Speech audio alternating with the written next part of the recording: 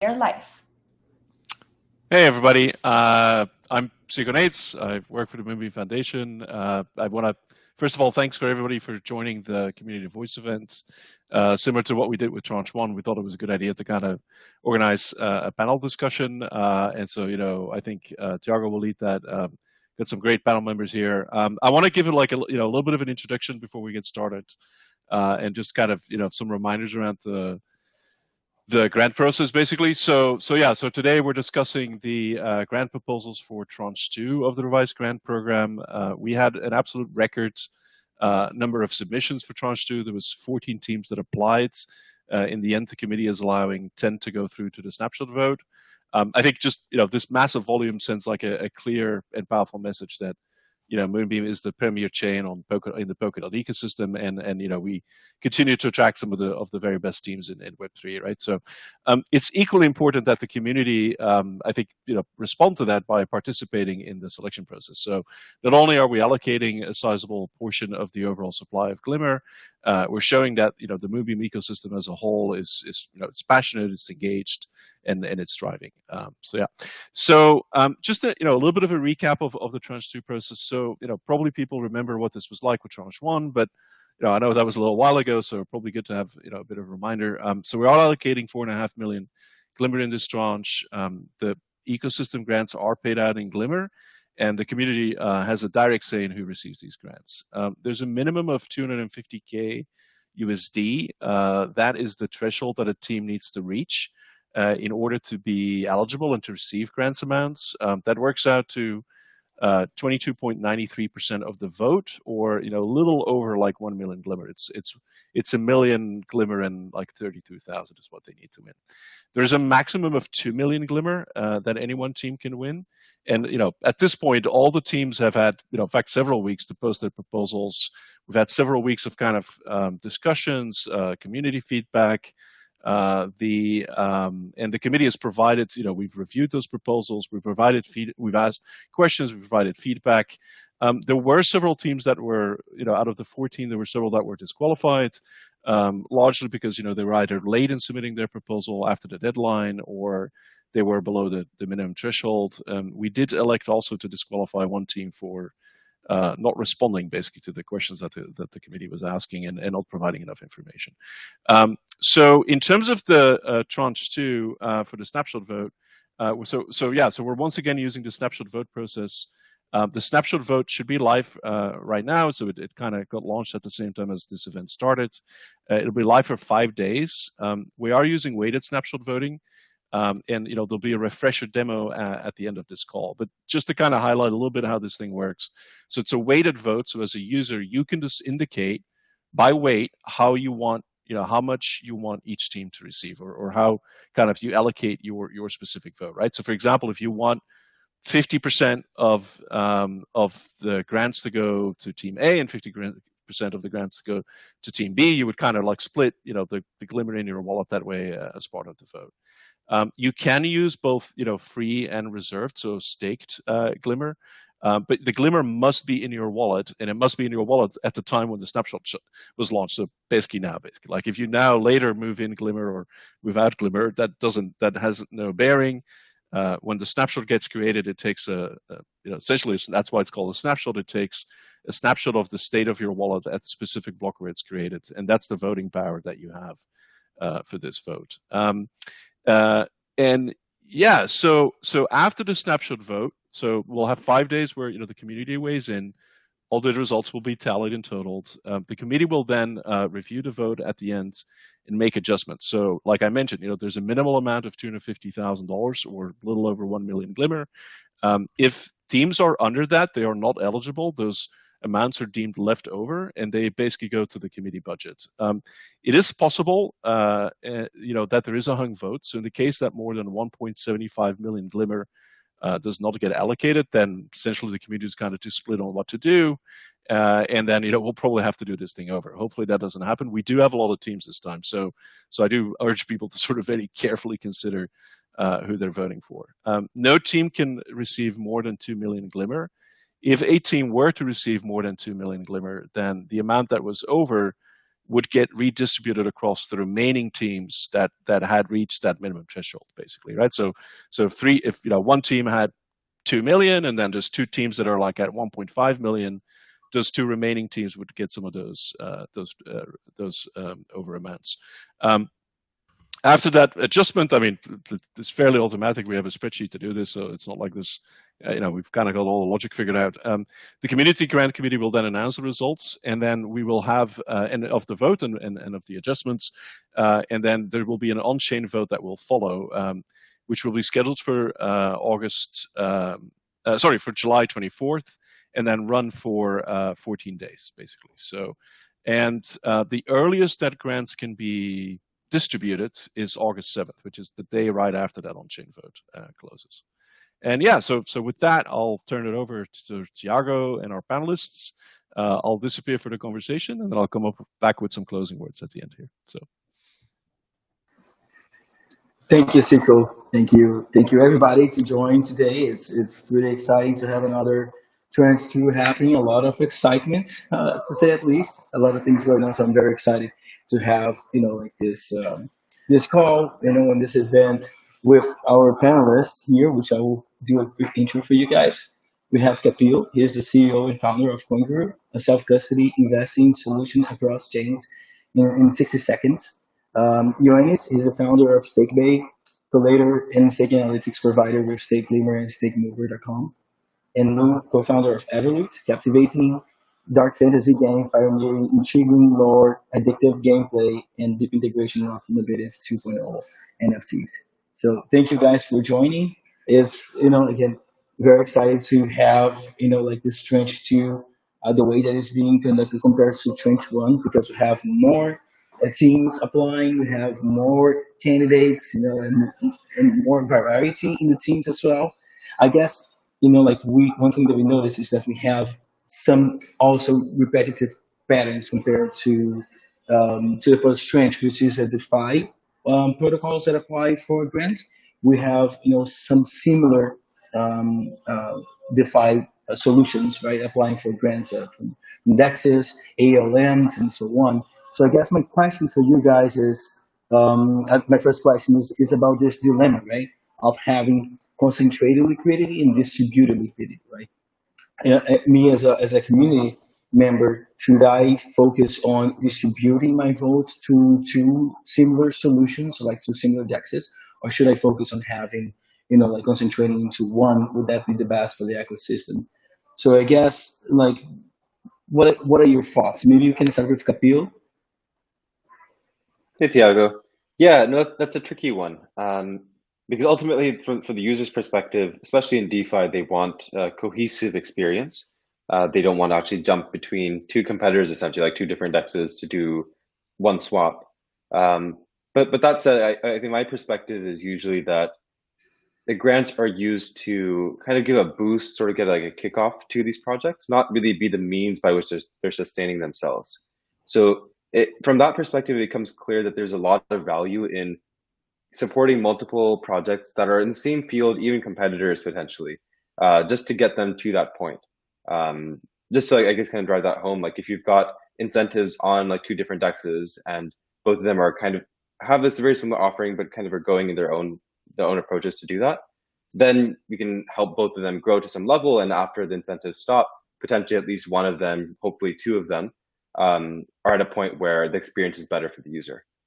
So again, I think it's a balancing act of like how you actually divvy that up to make sure it's meaningful for each person, but there's value in both.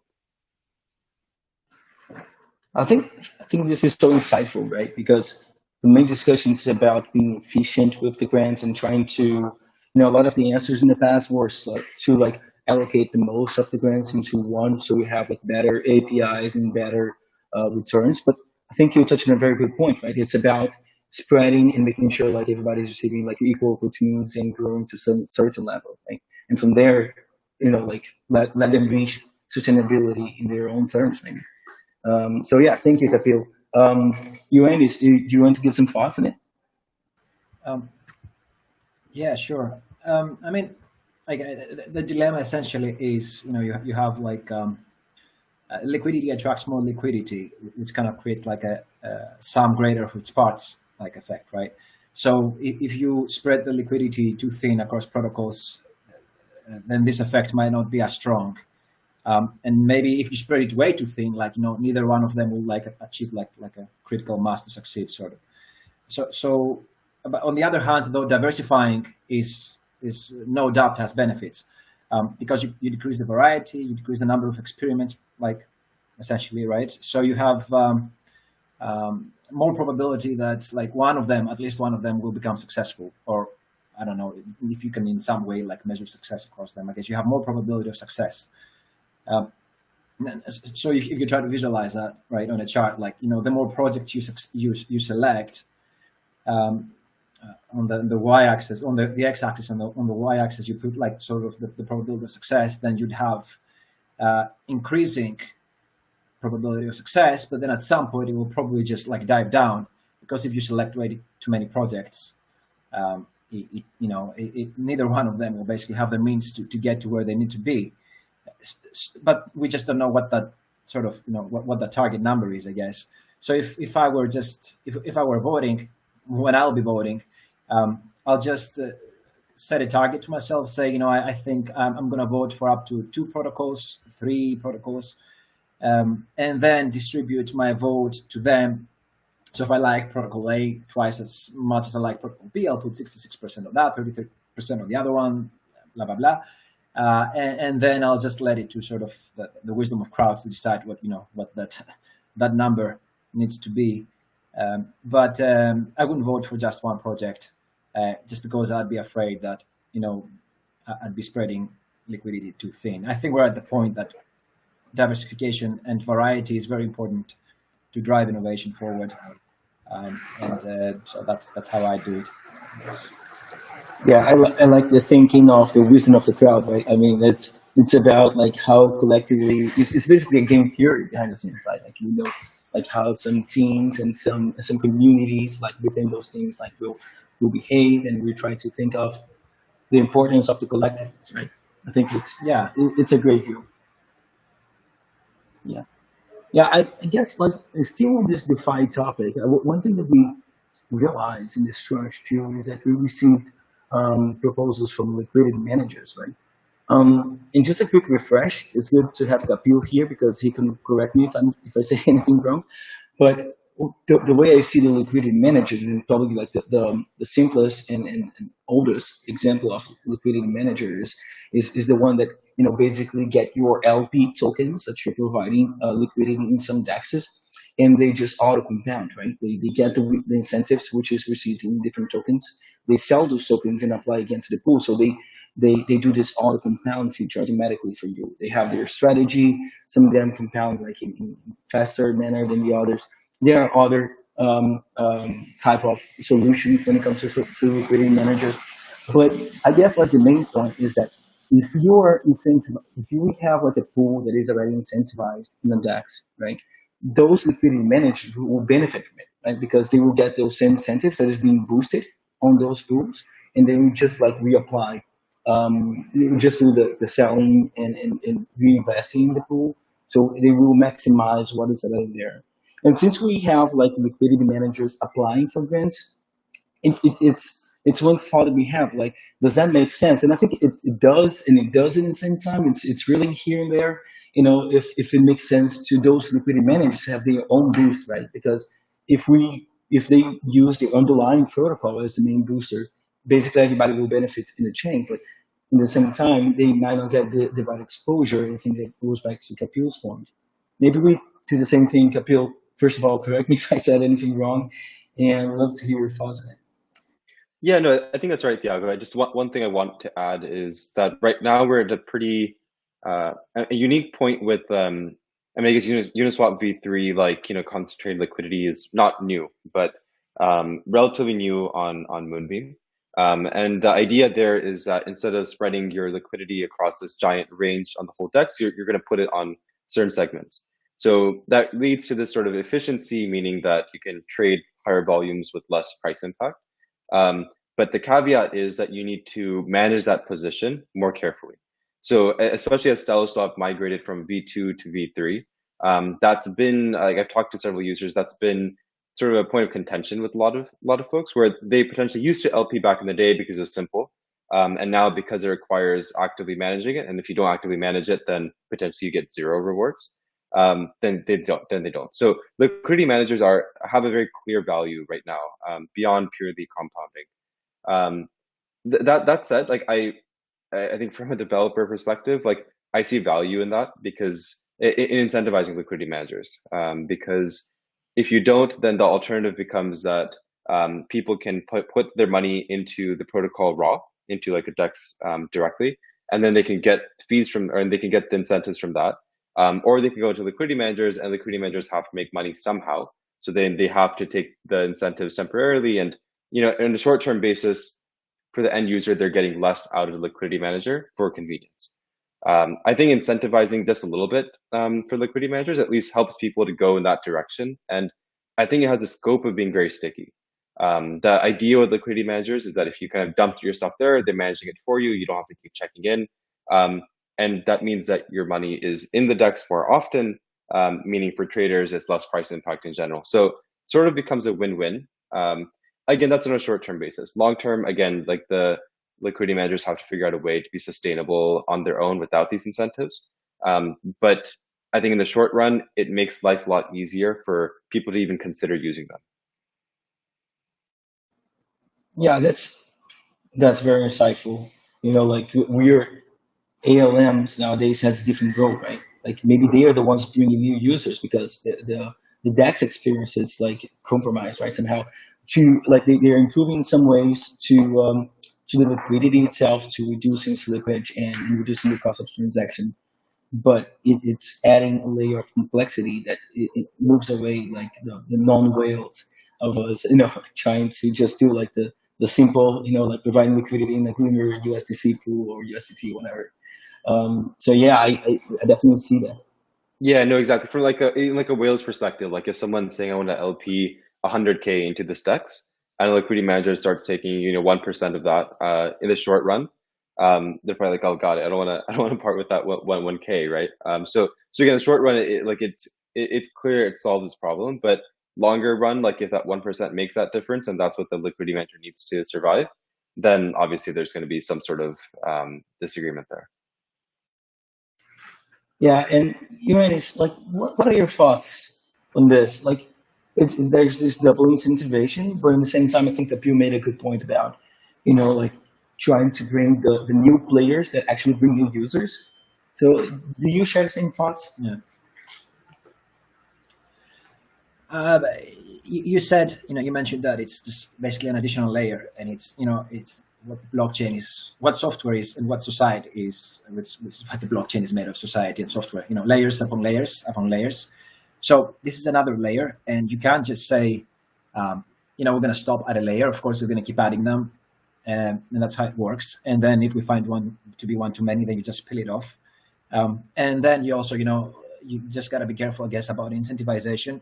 Not only because you don't want to make it artificial. I mean, that layer should be providing business value, like Kapil said, by itself.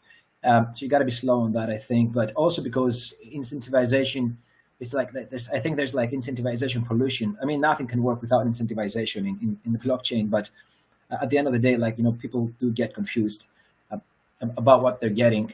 And too much variety is at their own detriment. They don't want to be given way too many choices, way too much variety, because they don't want to be guided, and focused to be kind of like handed to them.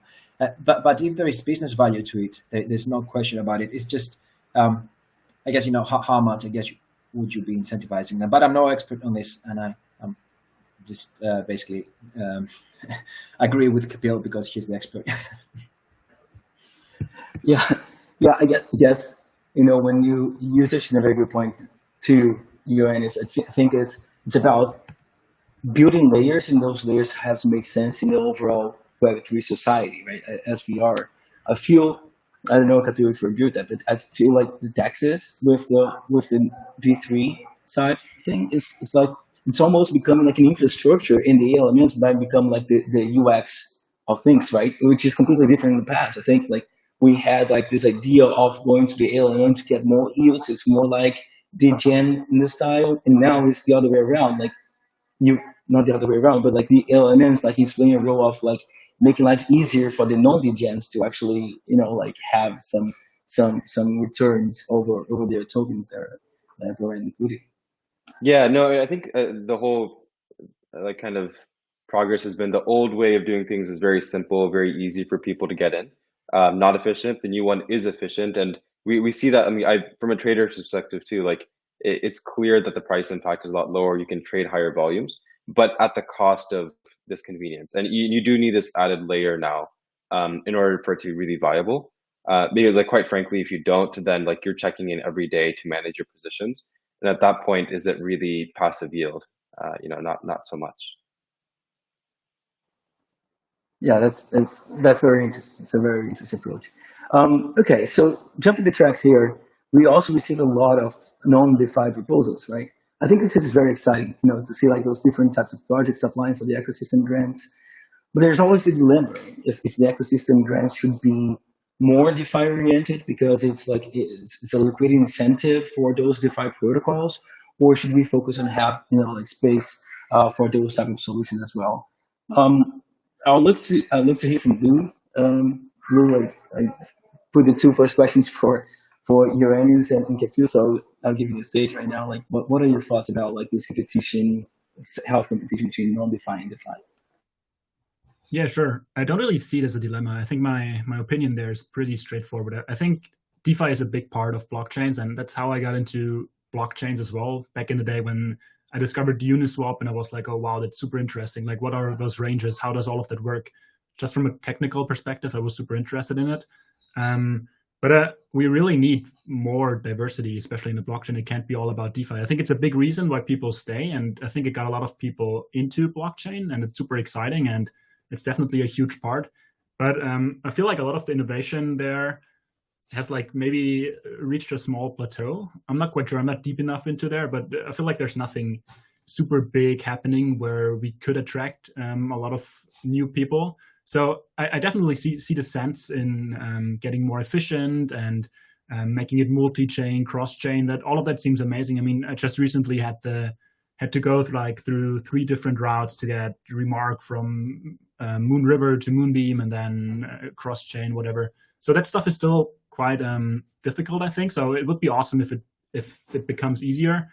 But I really do think that now, especially in this bear market, is like the time to like, I don't know, widen the pool of what blockchain has to offer. So I'm all in for like, if you are innovative, if you have a good idea and it actually has some applications where it does make sense to integrate, man, go for it. So I think if there are some projects and stuff like ecosystem grants that seem worthy, go ahead. I mean, if there aren't, I'm all for more TVL, more incentives, but I really think that we should try to get as much diversity in there as we can.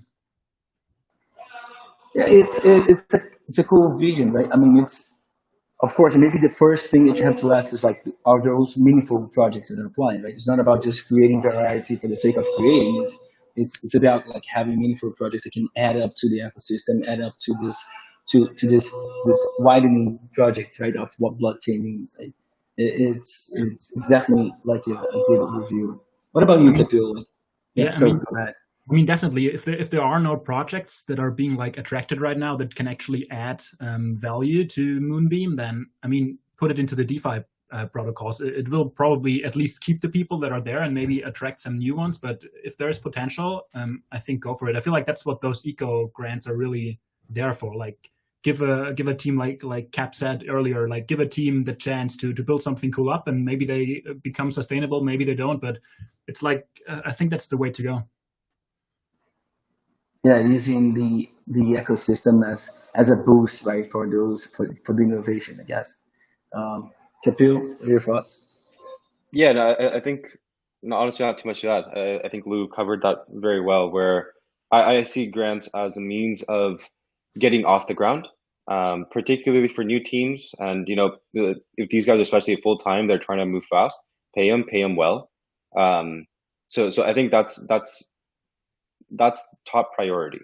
And if there are good proposals, anyone that seems promising, it's all experimental, right? So there's no guarantee that things will work out. But if something seems promising, by all means, I think we should support that. I think incentives are, I see sort of more like a backup type thing where like you've already hit some sort of level of, success, or you're out there already, and this can help you boost a little bit more, but it's not really a 0 to 1 problem. And that's really, I think, where this sort of grant has the maximum impact of like someone is just starting to build, they just need that added push to go ahead and do it. And the payoff from that actually happening is a lot higher. Yeah, maybe to add on that, I feel like the payoff of like funding a new team and them having the possibility of creating something really innovative is so much higher than just adding some TVL to some DeFi protocol. I feel like you could really try to make a change there instead of boosting it for a couple of percent that won't attract anybody to really do anything else. Yeah, no, like on a personal level, like I think if I hadn't received some grants in Moonbeam and the Polkadot ecosystem a couple months back, frankly, I don't think I could be here, so like, and hopefully there's value in me being around, but yeah, I think that sort of thing applies to a bunch of teams out there where it like that really becomes necessary. I think we can sum this to funnel dollars to passion, not brides, in like one sentence, and which makes perfect sense. Yeah, it's just, what are you gonna do with $1? Like, you can have, yes, it's riskier, but it has the potential to do so much more if you fund smaller teams, really innovative ideas, yeah, TVL, I guess, is needed, but. I love the fact, Ioannis, that you add a new metric, right? It's passion, right? I think when you think about it, it's really, it's really thinking about like how we deal with the Web3 space. Like I think everybody here is really passionate about Web3, and having passion or maybe excitement or maybe some thrill, when we are making decisions over not just the ecosystem grants. I think anything in the Web3 space regarding like funding or any type of experience. I think like having this as a core value, right, of passion, of driving the changes we want to see in the world. Because at the end of the day, like we are in crypto, we are in Web3, and really we do believe that this is going to make a huge impact in the world. So I think everybody here, everybody who's listening to it is really passionate about this. So yeah, I thank you for adding that. Continue here. I think one thing that was very interesting is that out of those non-DeFi proposals that we received, 4 of them was like related to gaming, right? And some of those games are to deploy a specific game. So like they're very oriented, like I'm going to deploy a game. And others are like for building infrastructure and SDK for building games, right? So they're going to basically deploy an infrastructure where it will make easier for game teams or game studios to deploy an game, right? So again, there is like this layer, right? We talk about layers in the society. So we have this layer, which is like the layer of the game itself, which is interacting with the user, and we have another layer, which is like basically making life easier for the layer below to achieve like the main layer, which is the final user. How should the community think about those proposals, and what are the trade-offs, concerns, risks, or anything that you have to think? I think Luuu, this is your expertise. Yeah, I mean, first of all, I love seeing that. I think games are going to be a big reason. I mean, they have been, but I think they're going to be continuing to be a big attraction for new people. So I love seeing projects growing and applying for stuff like that. Obviously, I'm a bit biased, I guess, since I'm building a game myself. But I feel like there's too little games and too little focus on that right now. And I feel the few that are here, they're kind of isolated. So I think it benefits everybody. The more competition, the more professionalism that gets in there, the better for everyone. Like if a new game launches and it has a fancy new feature, it's, I think, similar in the DeFi space. Everybody has to follow up, and it makes the whole space greater. It attracts more people. It's more professional, everything. So I'm a big fan of that. And I think the big advantage we have over Web 2 is just the community. Like if you look at Polkadot, or I mean even Moonbeam, it's such a tight-knit community. And one big reason for us, for example, or what we're pitching all the time, is that our goal is to combine all these isolated communities and create like one big one. I feel like even in the DeFi space, you have like all those bigger ones, and they're kind of operating on themselves. And of course, there's like cross-pollination. But I think especially in gaming, you have this unique opportunity to create like this community where every game comes together. You celebrate each other's victories. You learn from each other. You grow together. So I think it would be awesome if we see more games here and be able to kind of combine the forces. I think that would be something awesome. And then, I mean, for the gaming infrastructure, I think it's hard to say. I mean, we are developing ourselves. It's really hard having a lot of dependencies. Just building on top of them, I feel like it makes it exponentially harder to develop a game. So I think a lot of these projects, I haven't looked too closely into them, but I guess some of them offer like this one easy solution for everything. And if their plan actually looks doable and it looks achievable, I'm all for it. But I feel like in Polkadot in general, we have like this, it's not necessarily a problem, but we have this bias towards really supporting infrastructure, no matter what it really is. Exactly. So I feel like we have the same thing happening in gaming as well, where like there are teams that are building SDKs, and that's cool. And if it actually makes it easier to onboard new projects, I'm all for it.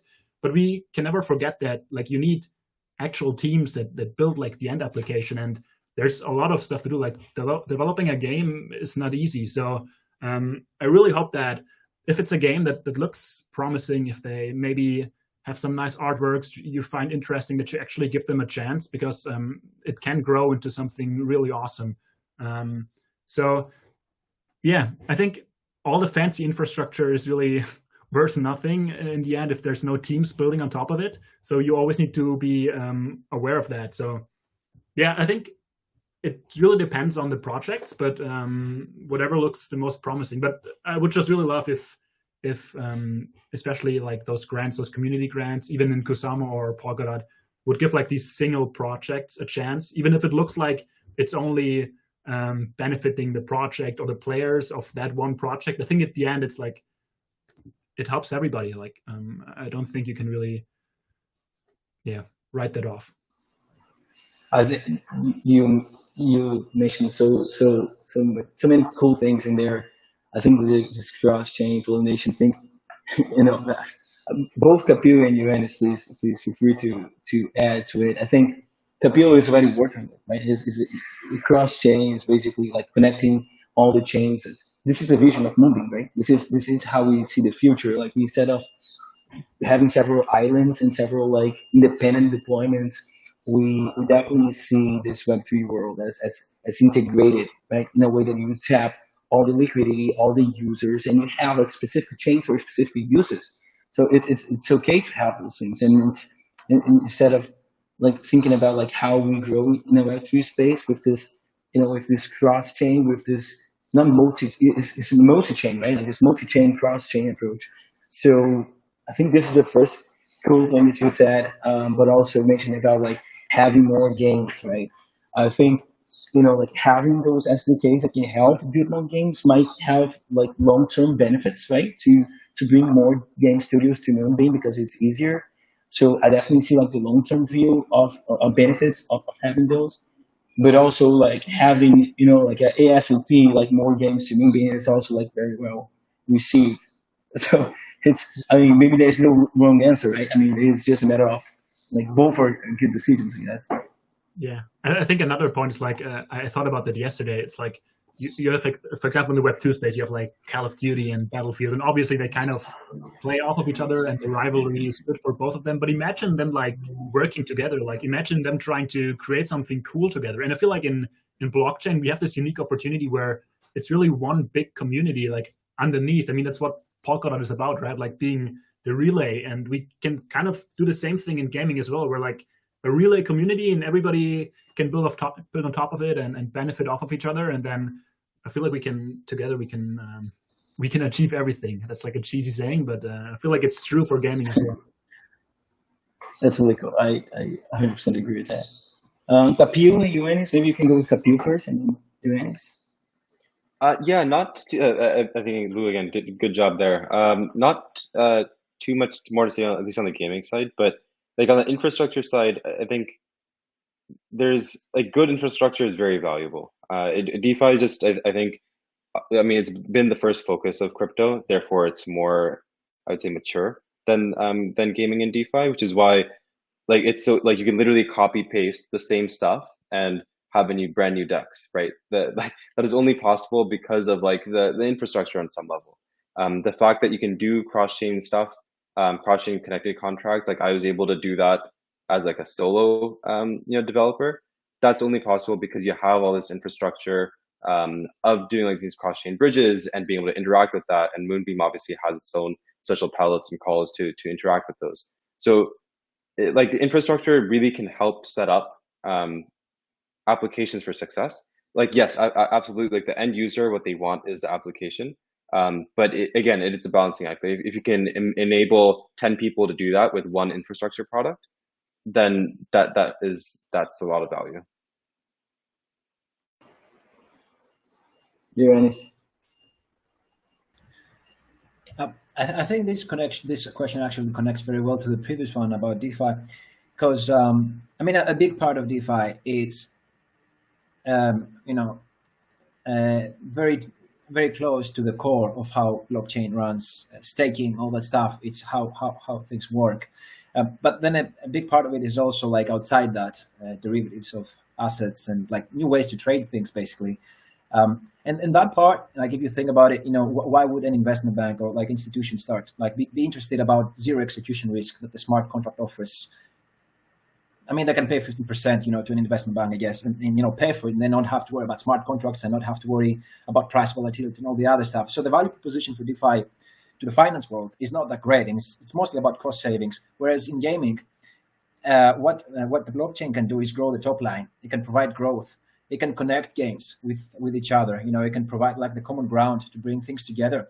And that's not spending less money. That's making more money on the top line. And gaming companies see that, and I think that's going to be a growth driver going forward. I mean, it's not like if people like sat down and said, let's see what the world needs and let's create that. DeFi was evolved because it was very cool and it's what made sense because we had tokens, blah blah blah. It's the first thing to build. It's the first thing that comes to your head.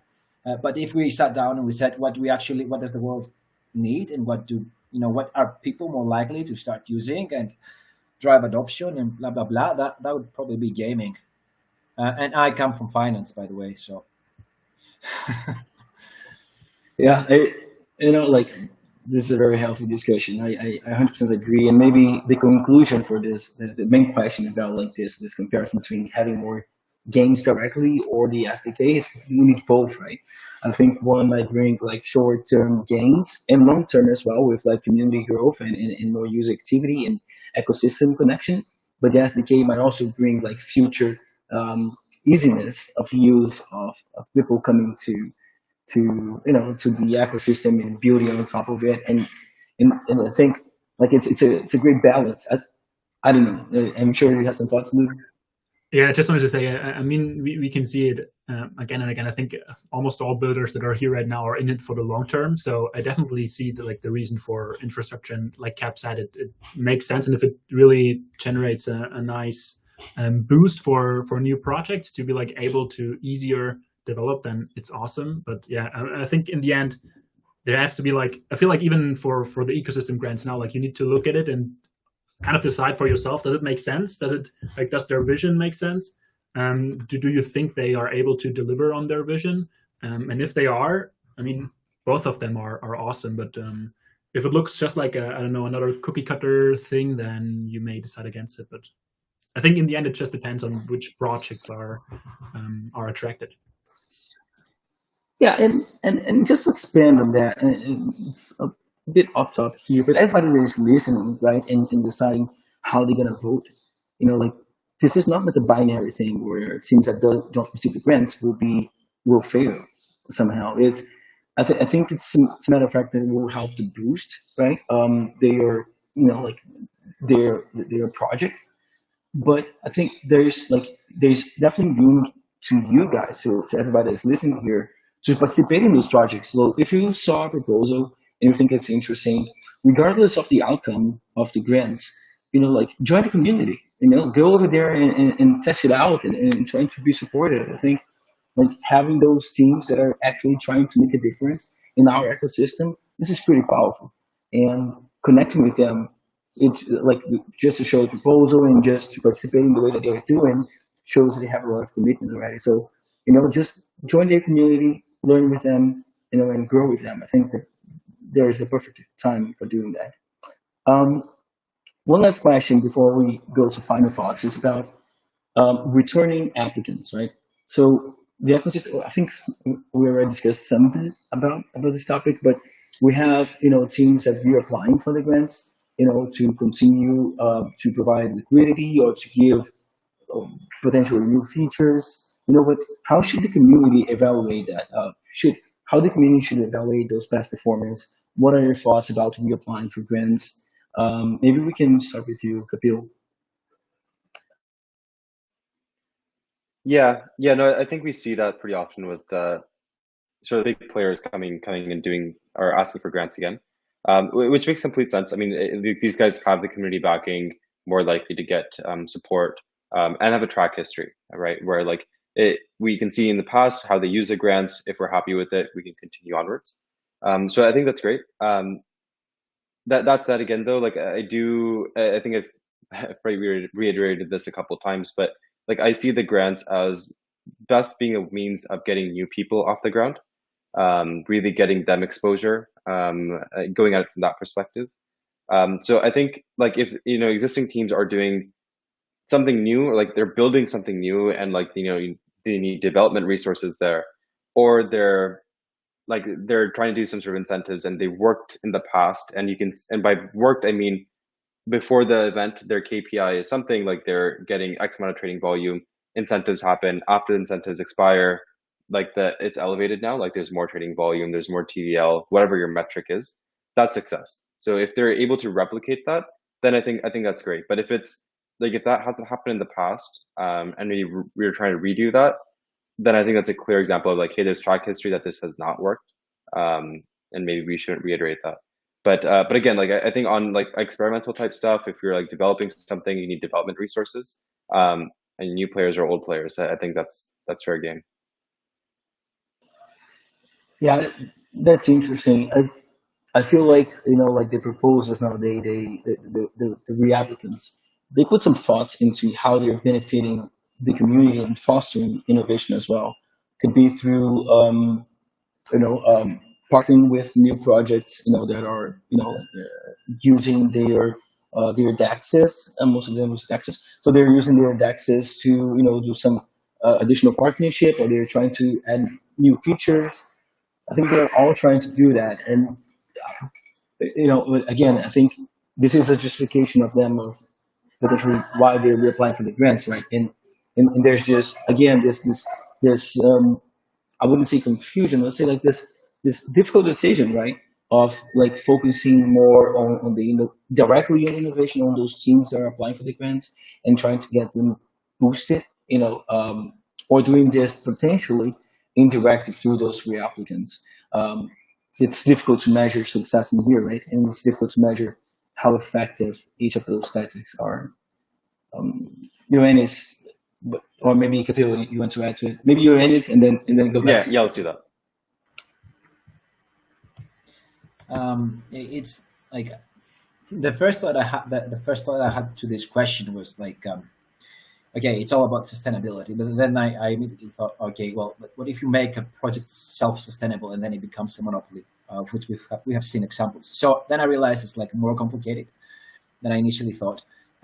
So I mean, I think that all applicants should aim to be self-sustainable in the long term and even able to finance self-finance growth. And the community should, and they should present that case to the community, and the community should be able to evaluate that. So in a sense, I completely agree with Kapil that it makes perfect sense that we have more than one grants for one applicant, because that actually allows the grants to spread the amount that might be needed.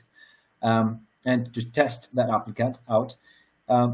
So that's perfectly reasonable, but it's not enough to assess, to just make one applicant self-sustainable. You have to make multiple of them at the same time, or sort of just aim to make multiple of them so that they become competitive with one another, and they have they devise a business model through which they can be self-sustainable that actually makes sense, and it's not based on a monopoly like structure. So allow them to become self-sustainable within like a competitive environment so that their business model is long-term and it makes sense. So that's too much, I think, for most people to kind of like weigh in. So it kind of like a simple way, I guess I would look at it, because this all cannot be really boiled down to, to an equation or anything. Like I just select projects that I think could become self-sustainable for less. Over the long term. So if I can choose between one project that I think needs 3 million to become self-sustainable, or 3 that need 1 each, I would take the 3. Even if the other one could be a major success. So just to get more people through the door, just so that we can make more healthier business models and have more competition and have more innovation. At least at this point, where we're obviously at the beginning of it all, and it really we do need to be aware that every time we invest in we put grant money to a returning applicant, that's $1 less from like a new project. It's just not going to go there. So if there is no light at the end of the tunnel of this project becoming self-sustainable, like in a very clear way, then that's probably a very good argument against funding it.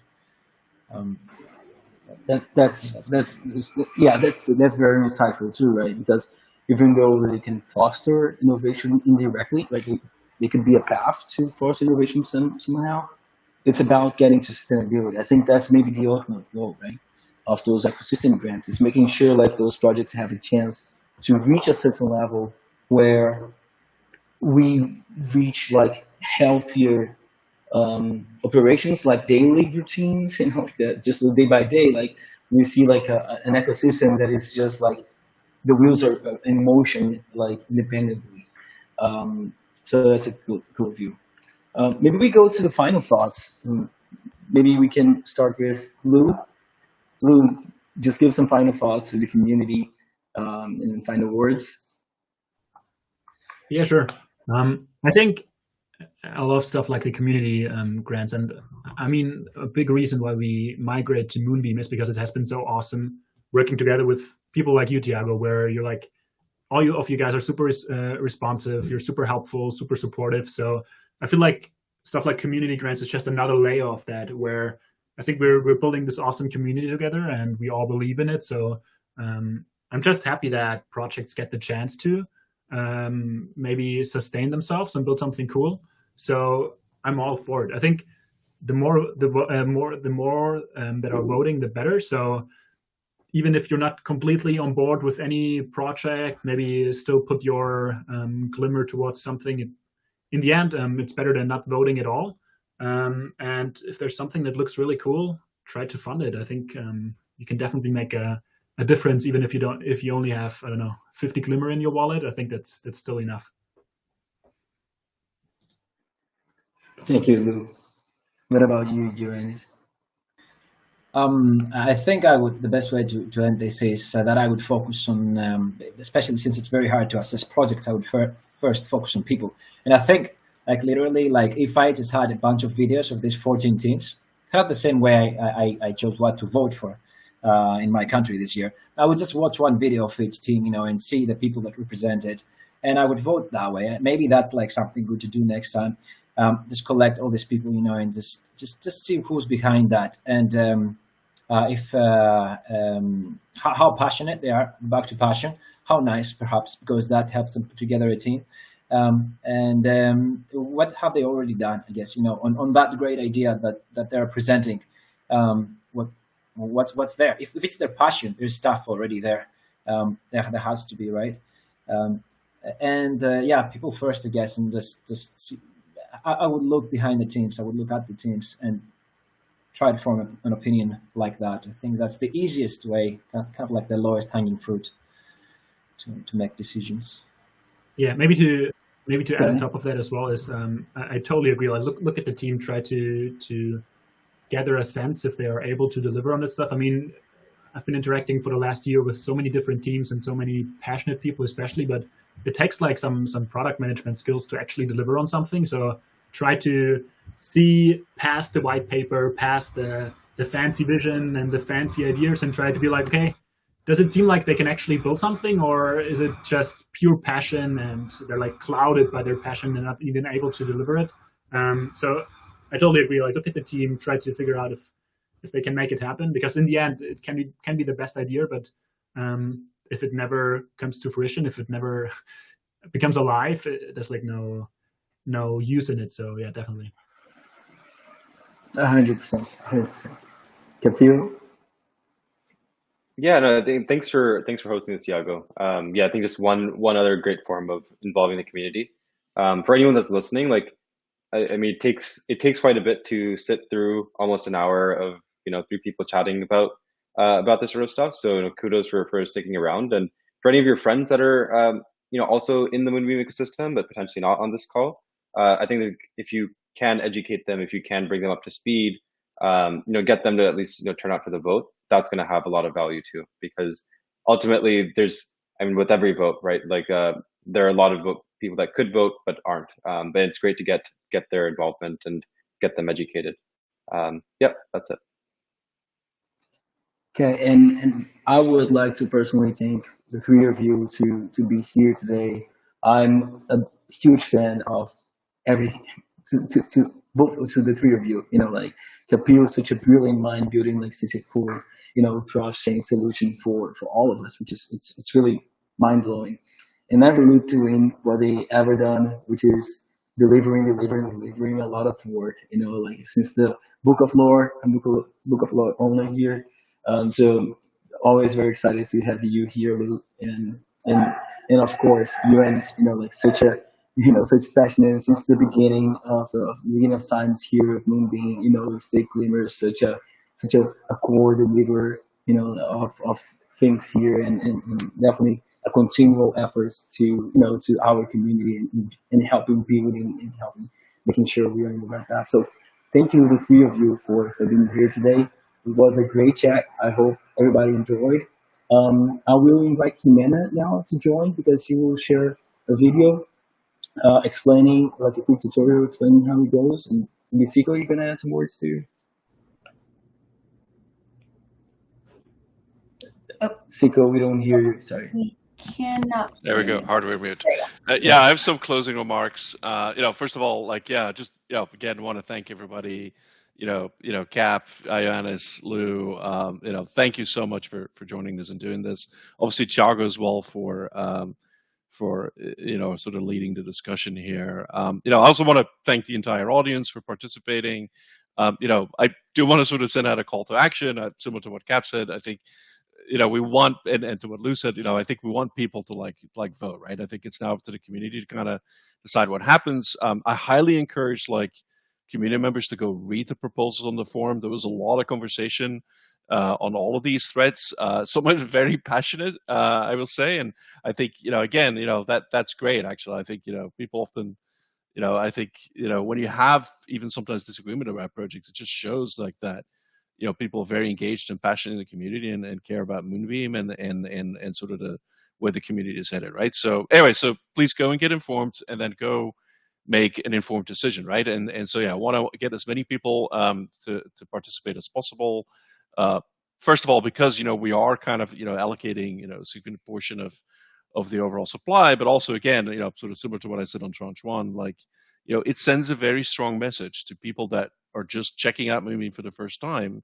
When they see this much conversation and engagement, when they see that there's a huge turnout for the vote, I think it shows a very clear sign that, you know, Moonbeam is a thriving community. And so yeah, please go vote. And yeah, anyway, I'll turn it over to I'll turn it over to Jimena to play the instructional video on how to do the snapshot vote. Awesome. Okay, here we go. Give me 1 sec while I share my screen.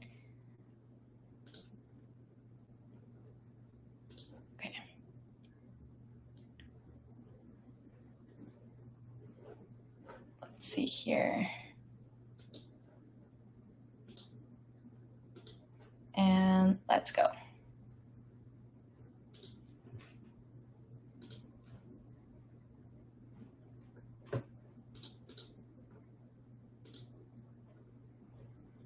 Here.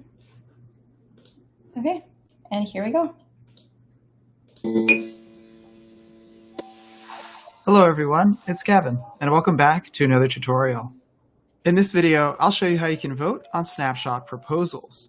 And today, in particular, we'll be looking at the voting process for Snapshot proposals that use weighted voting. Snapshot is a decentralized governance platform that numerous Web3 communities, including the Moonbeam community, use for signal voting. Signal voting is an informal and off-chain governance process that allows the community to voice their opinions on a matter prior to an on-chain vote.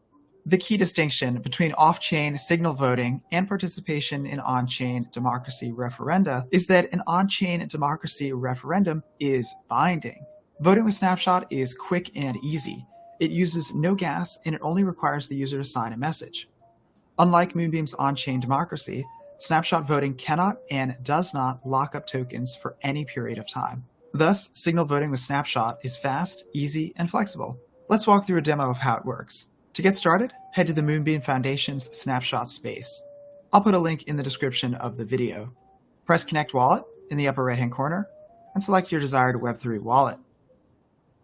Choose the account that you'd like to connect, press Next, press Connect, then press Join, and you'll need to review the Moonbeam Foundation terms of use. If you agree with them, go ahead and press I agree, and you'll be asked to sign a message. Go ahead and sign the message in your wallet. Now let's check out a sample proposal. And you'll see a bunch of information about the proposal on the right. First thing you'll see is strategy, and this refers to which token holders are eligible to participate in the proposal vote. In this case, it's token holders of Glimmer. Next, you'll see a link to the proposal metadata stored on IPFS. Voting system refers to how users can vote for their desired choices and how the results are calculated, such as single choice, approval, quadratic, or weighted voting. And in this video, we're going to be paying particular attention to weighted voting. Weighted voting allows users to spread out their voting power across any number of choices without limitation. Your voting power can be spread out among several options, or you can support a single candidate with the entirety of your voting power. You also have the start and end date of the proposal, and finally, you have the snapshot block number. And the snapshot block number corresponds to the block number at which the proposal started. This is very important because your voting power is calculated as of this starting block number, such that you can't buy or borrow tokens later in order to increase your influence after a proposal has started. Snapshot does consider your tokens that are locked in staking, meaning delegated to a collator, as well as any tokens that are locked in democracy. There's one more thing that you should review before participating in a vote.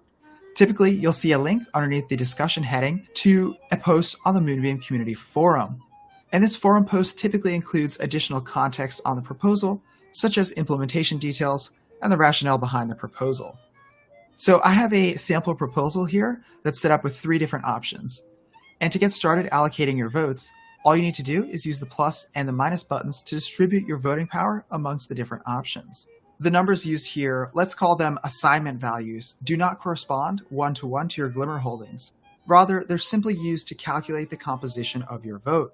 You can fine-tune your vote as much as you'd like, so these numbers can grow to be quite large or remain small. The exact numbers do not matter. Rather, it's the ratio of the assigned numbers that determines the composition of your vote. To calculate the percentage of voting power distributed to each option, you can simply divide the number assigned by the total sum of these assignment values. And Snapshot will automatically calculate this for you. As an example, here I've chosen to distribute 50% of my voting power to option 1, 30% to option 2, and 20% to option 3. You can allocate 100% of your voting power to one option if you'd like, and this also means that you can choose not to allocate any votes to other options. When you're ready, go ahead and press vote. And here you'll see a summary of your choices. You'll see the snapshot block number again, and you'll see your voting power. Remember that your voting power is calculated as of the snapshot block number, so this number may be different from your account's current balance. Optionally, you can provide a reason for your vote. Just be aware that this is publicly visible. Once everything looks good, go ahead and press confirm.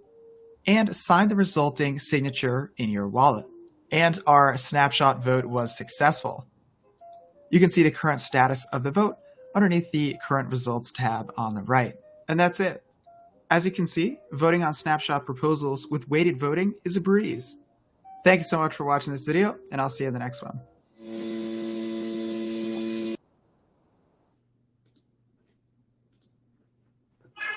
Okay. Thank you so much, guys, for joining in today. And see you guys next time. Make sure you vote. Have a good one.